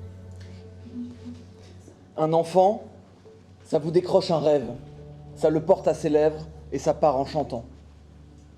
Un enfant, c'est le dernier poète d'un monde qui s'entête à vouloir devenir grand. Je me souviens d'une phrase que Elliot m'a dit au moment des... Je crois que c'était au moment des sélections. Il m'a dit, il faut que vous appreniez à toucher un moment le sublime. Rêver. Rêver d'être un dragon, un roi lion, une fée. Rêver d'être soldat, empereur, chevalier. Rêver d'être un pirate, un bandit, une star. Rêver d'être un poète, un athlète ou Jafar. Rêver d'aventure en aventure, de port en port, de gare en gare. Rêver de pas de géant, de traverser les averses et les océans. Rêver de fuir, de voler, de courir, de marcher. Devenir D'Artagnan, César, Cyrano. Aimer comme Valmont, venger Monte Cristo. Voler avec Icare, marier mon Figaro. Pleurer avec Hamlet, adorer ma Juliette. Courir avec Tarzan, reluquer Bécassine. Devenir aujourd'hui amant de Mélusine. Et je pense que là, à ce moment-là du discours en tout cas, j'ai réussi un peu à toucher le sublime pendant 10-20 secondes. Gentil comme Candide, fier comme le Cid, fort comme un Goliath, adroit comme un David, gauche comme un Gaston, têtu comme un Gascon, fourbe comme un Scapin, malin comme Tintin, je serai Lagardère et ma pote de Nevers. Rêver. De continuer à rêver. Qu'importe si Kylian n'est plus au PSG. Je ferme les yeux et vois la vie d'après, faite de remords plutôt que de regrets. Il faut la consommer, toujours avec excès, car de cette maladie, nous ne mourrons jamais.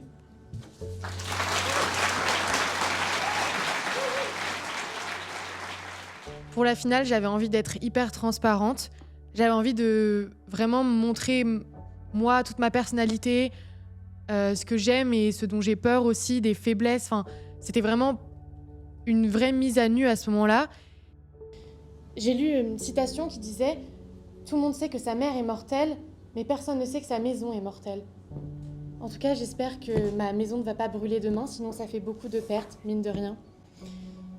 Et je pense que ce qui me faisait le plus peur, c'était que ce soit mal compris ou mal reçu par le public, parce que c'est difficile de donner autant de soi et d'avoir l'impression que les gens ne le reçoivent pas. Ce soir, je déménage, mais j'emporte tout. Sur les murs, j'ai accroché mes souvenirs, figés dans du papier photo. Sur ces tringles, j'ai pendu mes rêves, habillés de velours rougeoyant, et sur le sol, j'étends mon avenir, un tapis d'espoir infini. Inspirée, j'ai dressé un pupitre, autel de mémos, allumé des projecteurs pour éteindre tous les mots, et rempli ces fauteuils de quelques amis au regard motivant. Ce soir, je déménage, j'emporte tout, mais pas mon masque. Parce que finalement, je crois que sur cette scène, dans la chaleur et la lumière de vos regards, je suis un peu chez moi.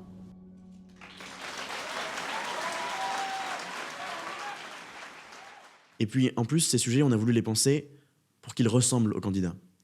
Et donc, pour ceux qu'on sentait très ambitieux, on a donné un sujet sur l'ambition. Pour ceux qu'on sentait dans le rapport à la réussite, un sujet sur la chance. Bref, on a voulu que les sujets s'adaptent aux candidats et qu'ils puissent, eux, vivre un vrai moment d'expression qui leur ressemble. Et je crois que ça, c'est quelque chose de vraiment original pour un concours d'éloquence. Alors, vous imaginez bien qu'à mes oreilles, ce sujet, que nous vole l'ambition, a d'abord résonné comme un éloge de la médiocrité. Ma première réaction, quand j'ai vu ce discours que nous vole l'ambition, ça a vraiment été « Allez, bâtard ». Car l'ambition n'arrive jamais seule. Elle est accompagnée de la pire infamie qui soit, l'ego.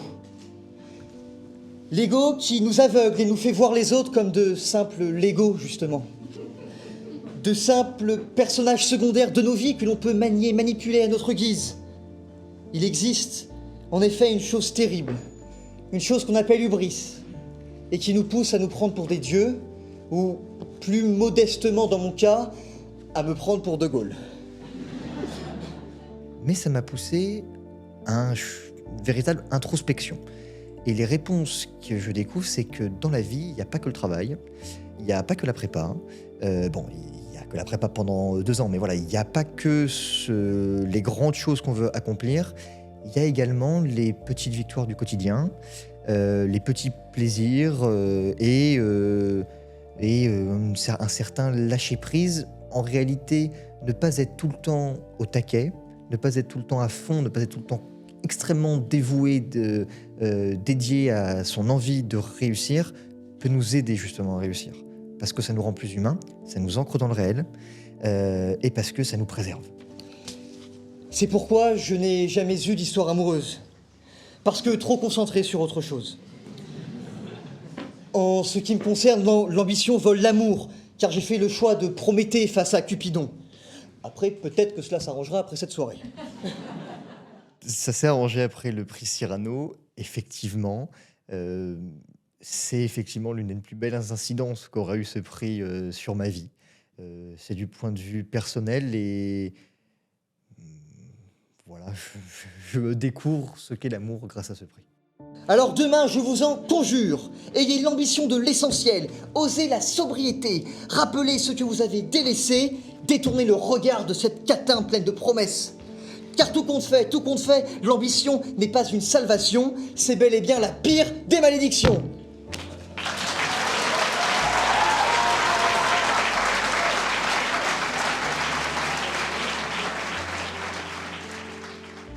Merci beaucoup, Augustin. On ne sait jamais où est le premier degré et où est le second avec toi. Il y a des gens à qui tout réussit. Des gens qui ont de la veine quoi qu'il advienne. Malingres ou baraqués, ils ont la baraka. Je pense que ce discours-là, il m'a surtout permis à moi de me faire comprendre quelque chose. Alors, ayons de l'audace. Osons prendre des risques, soyons frisques et vivaces. Ayons faim de vivre une vie dans laquelle notre sort dépend de ce que nous en faisons. Quand je dis persévérer, rebondir, oser y croire, ça paraît un peu tout bête, mais ça m'a marqué. En fait, en écrivant ce discours, je me suis dit, ça doit être ça maintenant ma philosophie de vie. Persévérer, rebondir, oser, y croire. Voilà, mesdames et messieurs, les 4 qualités qui nous permettent de devenir chanceux. Persévérer, rebondir, oser et y croire. C'est ça, en fait, que d'avoir de l'audace et que de pouvoir provoquer sa chance. À ce propos, permettez-moi de vous conter une dernière histoire. C'est celle d'un sage vénéré qui avait l'incroyable réputation de pouvoir prévoir l'avenir. 2 de ses fidèles disciples, à l'esprit taquin aiguisé au contact du maître, décidèrent de lui jouer un tour. Le premier dit « Je parie qu'il est possible de piéger notre maître. J'ai une idée. Nous irons le trouver avec un papillon, délicatement enfermé dans le creux de mes mains. Nous lui demanderons alors si d'après lui, le papillon est vivant ou s'il est mort. S'il répond qu'il est vivant, j'écraserai délicatement le fragile insecte et donnerai tort à notre maître. Et s'il répond qu'il est mort, eh bien, je laisserai le papillon s'envoler, ce qui prouvera que le sage s'est trompé. » Son ami approuva l'astucieuse proposition et les élèves vinrent alors se rendre auprès du sage avec le papillon caché dans le creux des mains de l'un des deux complices. « Oh, quel merveilleux papillon vous m'avez apporté là !» devina le sage qui était visiblement aussi doué que ce que prétendait la légende. « Oui, maître, c'est bien un papillon, mais ce que nous voudrions savoir, c'est si, selon toi, le papillon est vivant ou s'il est définitivement immobile. »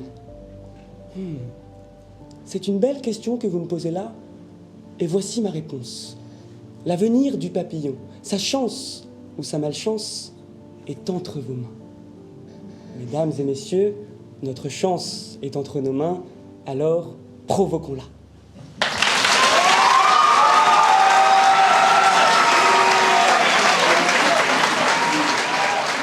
Pour gagner la finale du prix Cyrano, il faut être complet, mais singulier.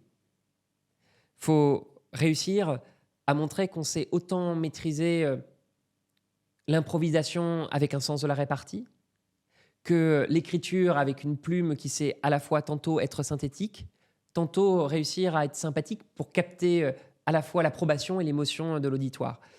Et donc, la recette pour gagner, c'est qu'il faut chercher à ce que ces mots, ces mets, soient succulents pour le plus grand nombre. Avec les réseaux sociaux, on a enlevé les filtres à nos paroles pour les mettre sur nos photos. Voilà, la source de tous nos mots. Nous n'avons jamais eu autant accès à la parole, mais nous l'utilisons avec excès. Nous en devenons exécrables. Et parce qu'aujourd'hui, tout le monde a une tribune, chacun se prend pour un tribun. À ce moment-là, je me sens comme un tribun. Et j'en prends même la voix, j'essaie d'en revêtir tout le costume. Il y a toujours une ambivalence dans l'amour de la rhétorique, puisqu'elle a deux visages. Hein. Mais j'exprime quelque chose de très sincère, et ça a été l'enjeu vraiment aussi de cette épreuve. C'est les opinions politiques, les opinions sur la parole. Tout ce que je dis là, c'est profondément ce que je pense. Pour vous dire toutes ces choses dont je ne sais si elles furent éloquentes, mais que j'ai toujours voulu sincère.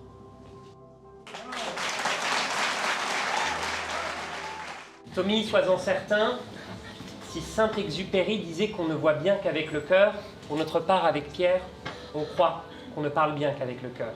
La sincérité finit toujours par cueillir l'adhésion de son auditoire. Au fur et à mesure de l'aventure, on a fini par s'attacher à eux. Certains ont réussi à nous prendre aux tripes, à quelquefois faire battre un petit peu plus le cœur que les autres. Mais on sait que ça ne veut rien dire. Que à chaque étape du concours, on rejoue sa place. Parce que ce qui se joue, c'est l'instant. Les anciens disaient « hic et nunc ». Ça se joue ici et maintenant. Bonsoir. Selem. Shalom. Selem. Shalom. Ce soir, j'essaie d'être fraternelle, car on nous a fait croire que ce serait presque contre nature de l'être. C'est la première fois dans tous mes discours où je dis des choses personnelles sur ma personne et où j'accepte le fait d'être potentiellement vulnérable. Et je le fais pour une bonne raison. La simple et bonne raison que mes parents ne sont pas là.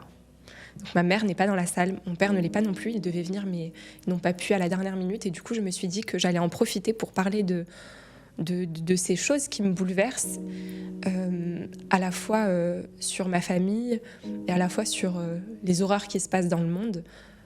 C'est ma dernière scène, potentiellement. J'ai des gens qui sont là pour m'écouter et je me dis que je vais dire ce que j'ai sur le cœur, en fait. Et que j'ai rien à perdre. Je suis en finale. Donc même si je gagne pas avec ça, c'est pas grave. Au fond de moi, j'aurais gagné le droit de le dire. On sait plus trop quoi faire. Mais vous savez, il y a quelque chose de bien pire que de ne pas savoir ce qu'il faut faire. Ne rien faire. Je pense qu'il n'y a rien de plus éloquent que nos émotions. C'est les choses qu'on a parfois beaucoup plus de facilité à comprendre que de simples mots. Tout le monde comprend des larmes, c'est un langage universel, tout le monde comprend un sourire. C'est des choses qui touchent tout le monde. Non, comment savoir ce qu'il faut faire? Une phrase. Et nous voilà renvoyés à l'absurdité de notre petite existence. Comment savoir ce qu'il faut faire quand l'humanité semble avancer les yeux bandés? Comment savoir ce qu'il faut faire quand le monde semble arrêter de tourner?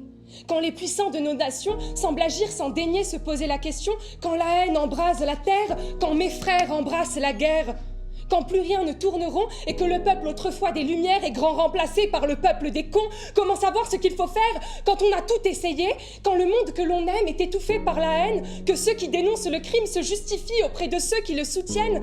Comment savoir ce qu'il faut faire lorsqu'on a brisé les ailes à la justice, que si l'hypocrisie est un parent, ici-bas gouverne ses fils? Comment être clairvoyant lorsque le monde plonge dans l'obscurité, que la sincérité sonne en mensonge et que la vérité se travestit en malhonnêteté? Comment savoir ce qu'il faut faire? Personne n'a la réponse, mais chacun essaie à sa manière d'en percer le mystère. Alors, il y a ceux qui contemplent les astres, ceux qui demandent conseil aux morts, ceux qui tirent à la courte paille, ceux qui écoutent leur cœur, ceux qui essaient de faire taire leur peur, ceux qui s'en remettent aux divinités, ceux qui demandent à ChatGPT, ceux qui se reconnectent à la terre et ceux comme moi qui demandent à leur mère. Je suis issue d'une famille d'immigrés. Donc mes grands-parents sont venus en France dans les années 60. Ma famille a eu un peu, je pense que comme toutes les familles d'immigrés, ont eu un peu de mal à s'intégrer, à faire de longues études. En fait, ces milieux-là, c'était tellement des choses hors de portée. Le fait de pouvoir parler de façon... d'avoir une tribune, ne serait-ce que pour écouter ce qu'on avait à dire. Et là, pour le coup, je me dis que la parole, elle libère. Août 2023. Elle s'était jetée au pied du lit, les yeux pleins de larmes, à la vue du corps de celle qui l'avait portée 9 mois dans son ventre. Maman, ce soir-là, je t'ai vu pleurer la mort de ta mère. Et comme si j'étais face à un miroir, en te voyant pleurer, j'ai pleuré ta propre mort de façon anticipée. C'est un peu un vecteur d'émancipation. Voilà, et je me sens reconnaissante à ce moment-là. Je me sens reconnaissante et j'ai une pensée pour mes grands-parents, j'ai une pensée pour mes parents, j'ai une pensée pour mes arrière-grands-parents et à l'infini. Et je me dis que je suis là grâce à eux et que ça ouvre des portes pour tellement de choses. Enfin, je sais pas, je me sens libre à ce moment-là. Ce soir-là, je t'ai vu redevenir le temps d'un instant vulnérable. Je t'ai vu redevenir enfant. Pétrifié, je t'ai observé sans rien faire, par pudeur mal placée peut-être, par peur d'être maladroite sûrement. Comment savoir ce qu'il faut faire quand celle qui est notre repère s'effondre car elle perd le sien? Comment reconstruire, rebâtir? Comment sécher ses larmes, trouver les mots? Comment savoir ce qu'il faut faire? Assurément, je n'avais pas la réponse. Maman, pardon. Peut-être que si je n'avais pas la réponse, c'est car il n'y en avait pas. Et s'il existait une réponse unanime, cette question ne nous entrait pas. Si l'on cherche à savoir ce qu'il faut faire, c'est de toute évidence pour agir de la meilleure des manières. Mais peut-être devrions-nous accepter que tout cela nous échappe. Nous ne contrôlons rien, ni la misère du monde, ni les larmes de nos mères. Pour savoir ce qu'il faut faire, il faut faire et vivre. La vie peut être méchante, mais elle a le mérite d'être honnête. Elle nous dira ce qui fonctionne et ce qui ne fonctionne pas. Suivons notre instinct et contentons-nous de faire. Il faut bien commencer par cela.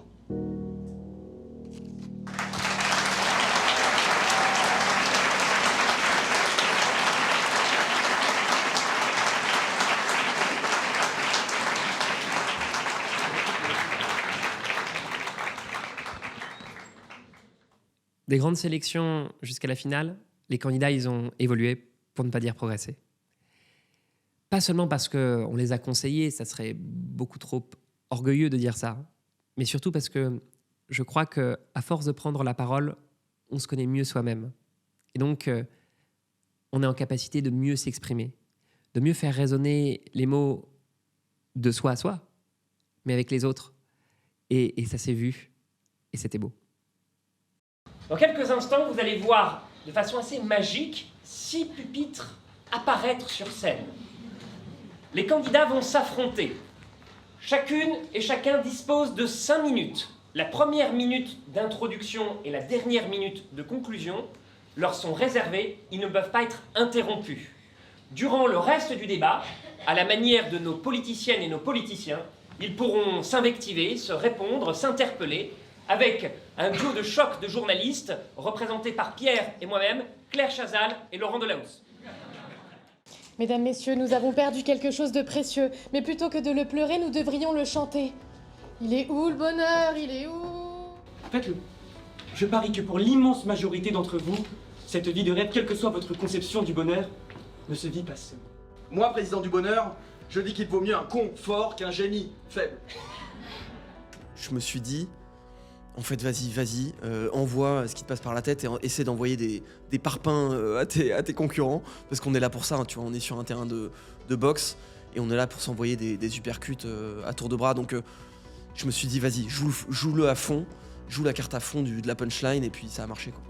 Cause à effet, je ne sais pas, mais tu es célibataire et tu prônes la sobriété. J'ai envie de te dire, écoute Augustin, comme Tommy d'ailleurs, j'ai l'impression que vous deux vous pourriez passer de très belles soirées ensemble. Avec de la sobriété et de la discipline, on va bien se marrer. Je prends beaucoup de plaisir parce qu'en fait, je trouve que c'est là que je me révèle le mieux. Et finalement, tu vois, le fait de pas avoir de texte, pas avoir de support et de pouvoir te lâcher complètement, c'est ça qui est vraiment jouissif.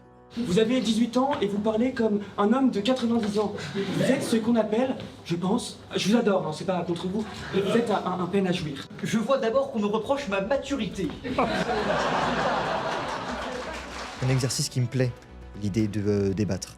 Mais c'est la première fois que je le faisais devant 300 personnes, et tout en sachant que le but n'était pas de combattre. David est un ami, je veux pas le... Enfin voilà, j'ai pas envie de défaire David. Non, le but, c'est que ça soit un show. Vous êtes seul, Tommy, et être discipliné seul, c'est chiant. Je me suis vraiment amusée. Et ça m'a aidé, je pense, beaucoup à lâcher prise.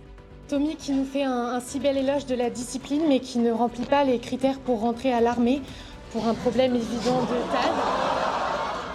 Moi, j'aime bien envoyer des vannes et punchliner, et je vois que je me cherche aussi un peu, mais j'ai une déception. En fait, je trouve les adversaires trop préparés là-dessus, et pour moi, c'était le moment où il fallait juste qu'on improvise à mort.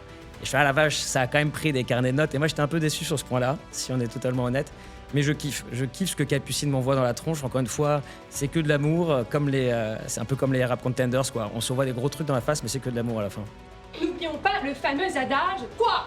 L'alcool, c'est pas cool? Mais à un moment, cool de l'alcool! Ah! C'est horrible à ce moment-là parce que, en fait, j'essaie de prendre la température du public, et dès que je vois qu'une petite vanne les fait bien marrer, je sais pas pourquoi, mais je la répète 10 fois, quoi. Alors vu l'excitation de Danissa, j'ai quelques doutes sur le fait qu'elle ne boive pas du tout d'alcool. C'est un bâtard. Non. Ah là là là. T'as dit quoi, c'est un? J'ai dit ça un bâtard. Ah, tu me fais répéter non plus. Mais qui remplit ta gamelle, Augustin, en fait? Qui fait tes petits plats le soir quand tu rentres? Qui paye tes vêtements, tes costumes bien taillés? C'est maman et papa? Avec quoi, Augustin? Avec des billets verts et des billets violets. Je dois dire que je suis toujours émerveillé de la magie avec laquelle le frigo se remplit, effectivement. Un lit, une place, seul, c'est pathétique. Un lit de place, c'est romantique. Je vis plutôt assez bien le débat. Je me dis que c'est la dernière épreuve, il faut profiter. Et si on veut s'envoyer sur la tronche, qu'on le fasse. C'était le moment de le faire. Et tous ces soirs, on s'en pote. Quand personne sonne et ne vient, c'est tous les soirs dans la flotte, comme un con dans son bain. Il est où le bonheur? Il est où? Dans l'autre. Il est où le bonheur? Il est où? Dans l'autre. Avec moi. Il est où le bonheur? Il est où?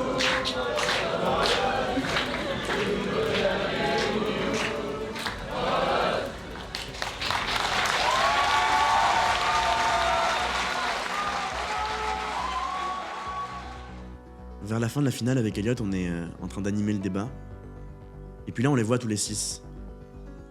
Ce qui saute aux yeux, c'est qu'ils sont heureux d'être là. Ils se clashent, ils s'invectivent, ils rigolent. Au fond, ils s'aiment. Et Le sentiment qui nous habite à ce moment-là, je pense, c'est un sentiment d'immense fierté. Et avec Elliot, on est pudique, parfois on a été un peu dur avec les candidats, on les a coachés. Il y a des moments où on les a fait pleurer tellement nos coachings étaient parfois intenses. Et là, on se dit, vraiment, on est fiers.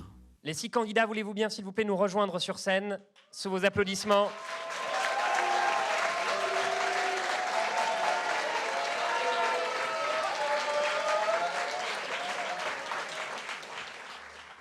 Vous pouvez vous mettre en ligne. C'est terrible ce qu'on fait, c'est tellement sadique et tortionnaire.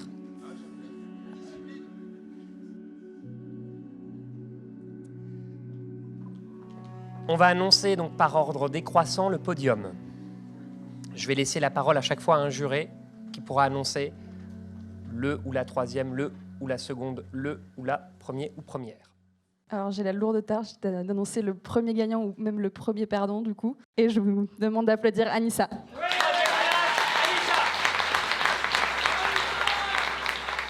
Je suis trop contente à ce moment-là. Je me dis que j'avais jamais imaginé passer les sélections. C'est ouf. Et là, je suis 3e. Franchement, je suis sur le podium.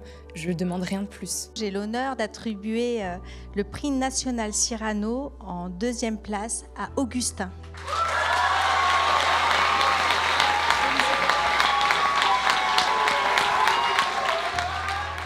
Est-ce que j'aurais préféré finir premier? Bien entendu. Est-ce que je regrette de ne pas avoir fini premier? Absolument pas. Je me suis tellement amusé pendant ce concours. Il y a eu tellement d'émotions, on est passé par des hauts débats. Ce concours a une incidence sur ma vie extrêmement positive. Une dernière précision, encore une fois, on ne va pas élire l'orateur le plus éloquent ce soir. Les Allemands, ils appellent ça Zeitgeist, l'esprit de l'air du temps. C'est une question de sensibilité. Tu fais le plus beau poème d'amour, si t'es cocu de la veille, ça marche pas. Donc forcément, quelqu'un ce soir aura été plus aligné avec l'inspi, l'écoute, le public. Ça n'enlève rien à votre talent ni à votre travail à tous. Mais ce soir, celui qui nous a le plus séduit, presque à l'unanimité, c'est David.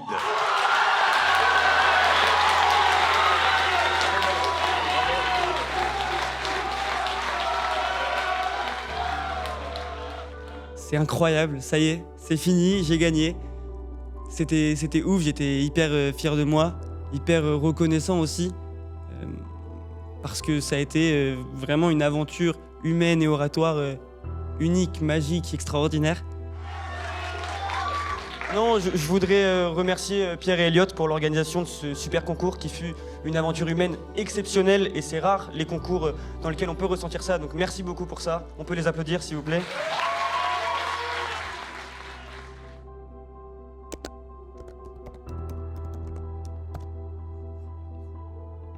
Je m'attendais pas à être aussi touchée par la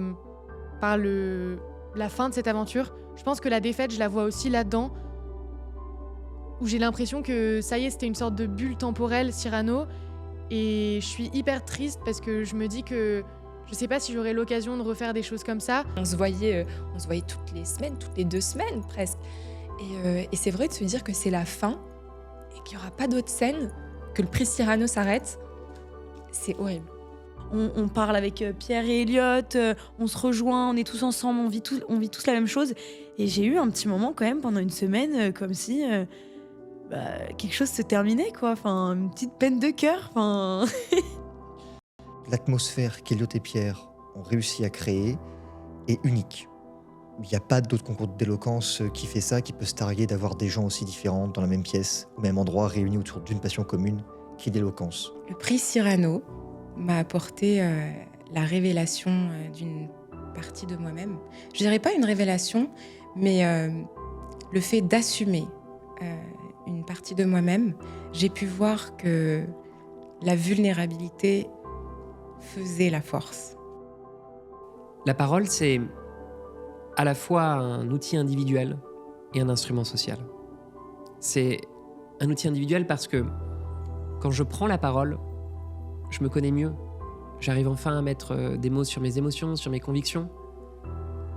Et je prends la parole aussi pour faire société.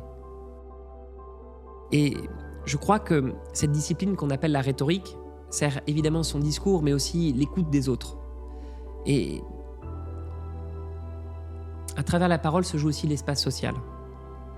Et on a réussi à créer un espace où des gens si différents ne se seraient jamais rencontrés. N'auraient jamais pu échanger un traître mot. Ils l'ont fait. Ils ont échangé entre eux leurs premiers mots.